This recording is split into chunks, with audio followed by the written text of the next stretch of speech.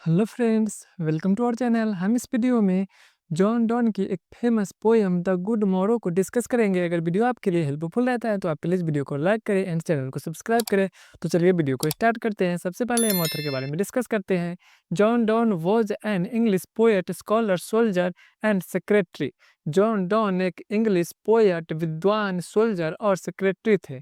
Born into a रिक्यूजेंट family, उनका जन्म एक रिक्यूजेंट फैमिली में हुआ था। रिक्यूजेंट का मतलब हो गया ऐसा व्यक्ति जो इंग्लैंड के चर्च में नहीं जाते हैं लेकिन कैथोलिक चर्च में जाते हैं। Who letter became a cleric in the church of England, बाद में वे इंग्लैंड के चर्च के एक पादरी बन गए।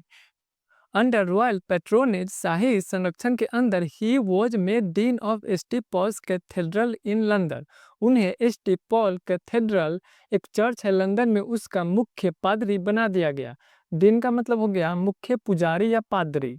ही वॉज बॉर्न इन 1572 और 1571 एंड डाइड ऑन 31 मार्च 1631। उनका जन्म 1572 या 1571 ईस्वी में हुआ था और उनकी मृत्यु 31 मार्च 1631 ईस्वी को हुआ था। He is considered the preeminent representative of the metaphysical poet. उन्हें मेटाफिजिकल पोएट का सबसे श्रेष्ठ प्रतिनिधि माना जाता है। His works are noted for their metaphorical and sensual style. उनकी रचनाएं मेटाफोरिकल और सेंसुअल स्टाइल के लिए जानी जाती है। मेटाफोरिकल का मतलब हो गया जिसमें इमेज और सिंबल का यूज होता है। हिज नोटेबल वर्क्स आर, उनकी प्रमुख रचनाएं हैं the flea, the dream, the sunrising, 50 sermons। अब हम पोएम के इंट्रोडक्शन को डिस्कस करते हैं। The good morrow is a love poem composed bye a famous English poet John Donne. The good morrow एक लव पोएम है जिसे इंग्लिश के पोएट जॉन डॉन ने लिखा था। Published in his collection Songs and Sonnets, और इस poem को उनके एक कलेक्शन सॉन्ग्स एंड सनेट्स में पब्लिश किया गया था। It is one of his earliest works, यह उनकी एक सबसे पुरानी रचना है। The poem has 21 lines divided into 3 stanzas. इस पोएम में 21 लाइन है जिसे 3 स्टैंजा में डिवाइड किया गया है। The good morrow is written from the point of view of an awakening lover. The good morrow एक जागते हुए लवर के पॉइंट ऑफ व्यू से लिखा गया है। And describes the lover's thoughts as he wakes next to his partner. और जैसे ही लवर उठता है अपने पार्टनर के बगल में तो उसकी क्या थॉट्स होती है, उसके मन में क्या विचार आते हैं, यही इस पोएम में डिस्क्राइब किया गया है। Summary, in the first stanza, पहले स्टैंजा में the speaker begins with 3 questions. Speaker 3 question के साथ इस पोएम की शुरुआत करते हैं। They all inquire into the state of his and his beloved's life. और ये तीनों क्वेश्चन उनके और उनके प्रेमिका के लाइफ के स्थिति के बारे में रहता है। Before they were known to each other, एक दूसरे को जानने से पहले, मतलब एक दूसरे को जानने से पहले दोनों की क्या स्थिति होती है, यही क्वेश्चन रहता है। What in the world they did before they loved, एक दूसरे से प्यार करने से पहले वे दुनिया में क्या करते थे, ये क्वेश्चन है। In the next line he asks, अगले लाइन में वे कहते हैं कि he does not believe the two were truly adults separated from their mother's milk until they met। वे कहते हैं कि उन्हें विश्वास नहीं है कि जब तक वे नहीं मिले थे वे वे एडल्ट हो चुके थे, बड़े हो चुके थे और अपने माँ का दूध पीना छोड़ चुके थे। Their lives did not begin until they gave up country pleasures। उनकी जिंदगी की शुरुआत जब तक नहीं हुई थी जब तक कि वे कंट्री प्लेजर्स मतलब शारीरिक खुशियाँ, सेक्सुअल हैप्पीनेस को छोड़ नहीं दिए थे। इन द फोर्थ लाइन, चौथे लाइन में he asks if they were sleeping like 7 sleepers. वे कहते हैं कि मानो वे 7 स्लीपर्स की तरह सो रहे थे। 7 sleepers refer to a group of young men. 7 sleepers एक यंग मेन का ग्रुप रहता है, उसी को दर्शाता है। Who hid in a cave to escape Roman persecution and awoke centuries later। जो एक गुफा में छिप गए थे रोमन के अत्याचार से बचने के लिए और वे शताब्दी बाद उठे थे। दीज लाइन्स सजेस्ट दैट, ये लाइन यह बताता है कि the speaker and his beloved were in a state of ignorance and slumber. ये लाइन यह बताता है कि स्पीकर और उनकी प्रेमिका अज्ञानता और नींद की स्थिति में थे। Before their true love awakened them, उनकी सच्ची प्रेम के जगाने से पहले, मतलब जब तक कि उनकी सच्ची प्रेम ने उन्हें नहीं जगा दिया, वे अज्ञान थे, वे नींद की स्थिति में थे। In the last 3 lines, last के 3 लाइन में ही सेज दैट, वे कहते हैं कि एनीथिंग ही एक्सपीरियंस्ड, कोई भी चीज जिसे उन्होंने अनुभव किया है, before getting with this current lover, इस लवर से मिलने से पहले, वॉज नॉट रियल, वो सच नहीं थी। मतलब स्पीकर कहते हैं कि अपने लवर के मिलने से पहले उन्होंने जो कुछ भी अनुभव किया था वो सच नहीं था।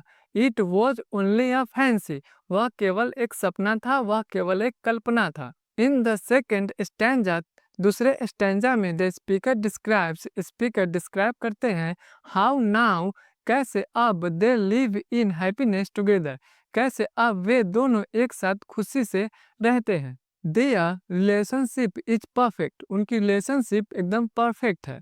इन द फॉलोइंग लाइन्स, आगे लाइन में कहते हैं the speaker proves that, speaker proof करते हैं कि any temptation outside is worthless, कि कोई भी बाहरी मोह माया क्या है, वर्थलेस है, बेकार है। His eyes are controlled by love, उनकी आंखें प्यार के द्वारा कंट्रोल किया जाता है। Therefore everything he sees is transformed by his adoration, इसलिए वे जो कुछ भी देखते हैं वह उनके प्यार और आदर द्वारा बदल दिया जाता है। He speaks a small room that contains everything, वह एक छोटा रूम के बारे में बताते हैं जिसमें सब कुछ है। There is no reason for him to leave the bedroom, उनके पास कोई रीजन ही नहीं है कि वे इस बेडरूम को छोड़कर जाएं। ही शेयर्स विद हिज बिलविड, जो अपने बिलविड प्रेमिका के साथ शेयर करते हैं उस बेडरूम से, उनके पास कोई रीजन नहीं है जाने का, वो उस बेडरूम में ही रहना चाहते हैं अपने बिलविड के पास। The speaker tells his beloved that, speaker अपने बिलविड से कहते हैं कि now he has this relationship, अब उनके पास यह रिलेशनशिप है, यह रिश्ता है। The rest of the world means nothing, पूरी दुनिया उनके लिए कुछ नहीं है।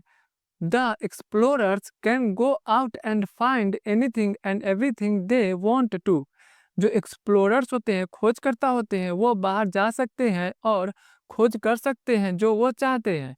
ही will be happy to possess one world in which they have each other, वे बस एक ही दुनिया पाकर बहुत खुश है जिसमें वे दोनों एक दूसरे के पास है, एक दूसरे के साथ है।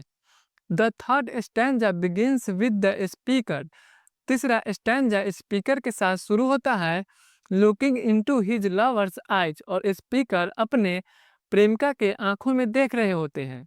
देयर ही कैन सी, उनकी आंखों में वह देख सकते हैं हिज ओन फेस, अपने चेहरा को, and he knows her face appears in his eyes as well, और वे जानते हैं कि उनकी आंखों में उनकी प्रेमिका की चेहरा दिखाई देती है। Their heart felt connection is evident with in their faces, उनकी बहुत गहरा कनेक्शन है, वह उनके चेहरों पर साफ साफ दिखाई दे रहा है। He compares their faces to two hemispheres of the actual world, वे अपने चेहरों को दो दुनिया से कंपेयर करते हैं। हेमिस्फीयर्स का मतलब हो गया पृथ्वी का जो आधा हिस्सा होता है वो, तो उसी से कंपेयर करते हैं अपने चेहरों को। Their facial hemispheres are perfect, उनकी जो चेहरों की बनावट है वह एकदम अच्छा है, परफेक्ट है। The speaker sees himself and his beloved as soulmates, speaker खुद को और अपने प्रेमिका को सोलमेट्स की तरह देखते हैं। The last 3 lines speak on how a lack of balance can cause death, last के 3 लाइन यह बताता है कि कैसे बैलेंस की कमी मृत्यु का कारण बन सकती है। Their perfect balance is accomplished simply due to the presence of each other, उनकी जो परफेक्ट बैलेंस है वह पूरी हो जाती है क्योंकि वे दोनों एक दूसरे के पास है, एक दूसरे के साथ है। It is the combination of their emotions that keeps them together, यह उनकी इमोशंस का मेल है, मतलब उनकी भावनाओं का, फीलिंग का मेल है जो उन्हें एक साथ रखते हैं। अब हम कंक्लूजन को डिस्कस करते हैं। Thus we can conclude that इस प्रकार हम लोग निष्कर्ष निकाल सकते हैं कि The Good Morrow is a love poem। The Good Morrow एक लव पोयम है। The speaker firstly discusses sensual love। Speaker पहले सेंसुअल लव के बारे में बात करते हैं। However he moves to spiritual love। लेकिन बाद में वे स्पिरिचुअल लव के बारे में बात करते हैं। As he realizes that जैसे ही उन्हें रियलाइज होता है कि विद स्पिरिचुअल लव के साथ the couple are liberated from fear. जो कपल होते हैं वो डर से आज़ाद हो जाते हैं, मुक्त हो जाते हैं। The themes of the poem are इस पोएम के थीम्स है sensual love, spiritual love and love of the souls और आत्मा की प्यार। ये सभी इस पोएम के थीम्स है। तो यहीं पर आज की हमारी टॉपिक समाप्त होती है। अगर वीडियो आपके लिए हेल्पफुल रहता है तो आप प्लीज़ वीडियो को लाइक करें एंड चैनल को सब्सक्राइब करें।